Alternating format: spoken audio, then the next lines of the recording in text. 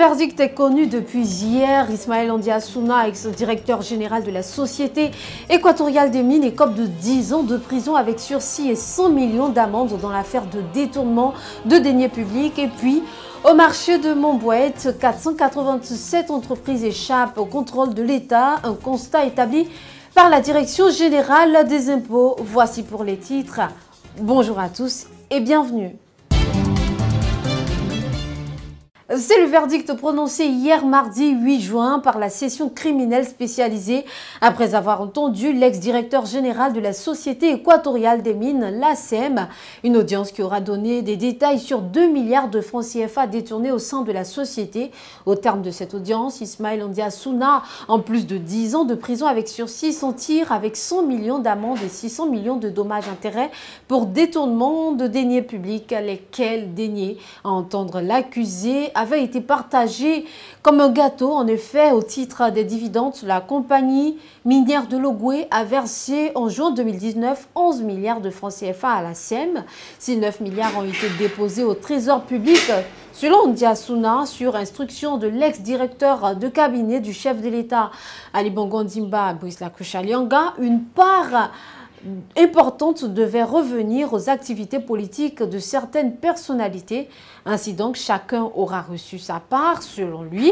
250 millions pour Brice Lakucha-Lianga, 150 millions pour le ministre Tony Onda, 150 millions pour le ministre Tony Ondo-Mba, 60 millions à Roger Ovonomba, 70 millions au président du conseil d'administration de la SEM et enfin 20 millions au directeur des affaires financières de la société, Eric Nong Esson. Ce dernier comparaissait aussi hier aux côtés d'Ondiassouna pour complicité de détournement public. Cédric Nonguesson avoue à la barre avoir dénoncé cette manière de faire. Ses incessantes sollicitations pour obtenir les factures liées à ses missions sont également restées vaines, acte qui lui aura d'ailleurs coûté son poste, révèle-t-il, au sein de la société, et également lui aura valu d'être acquitté lors de ce procès. Pour l'ex-directeur général de la SEM, le procureur général a requis une condamnation de 5 ans, dont 2 avec sursis et un remboursement de 700 millions de francs CFA. Et on poursuit, selon les statistiques de la Direction générale des impôts, environ 487 entreprises échappent au contrôle de l'État au marché Montbouette. Ce constat n'est cependant pas nouveau. Le marché de Montbouette, situé au quartier commercial Petit Paris, est le plus grand marché de la capitale. Ce marché est à majorité composé d'entreprises individuelles et de très petites entreprises. Selon un constat établi par la Direction générale des impôts, 487 entreprises exerçant dans ce marché échappent au contrôle de l'État en ce sens qu'elles sont informelles. Ce nombre, malgré les assouplissements des formalités de législation de son entreprise, met en lumière de nombreux facteurs explicatifs. Ce constat posé par la DGI n'est cependant pas nouveau. Il y a de cela quelques années, l'ancien centre de développement des entreprises, lors d'une tournée dans les différents marchés de la capitale, mettait en lumière plus de 3000 entreprises informelles. Ce chiffre a depuis beaucoup baissé. Et enfin, pour terminer, on parle cette fois-ci activité aéroportuaire pour moderniser les infrastructures aéroportuaires.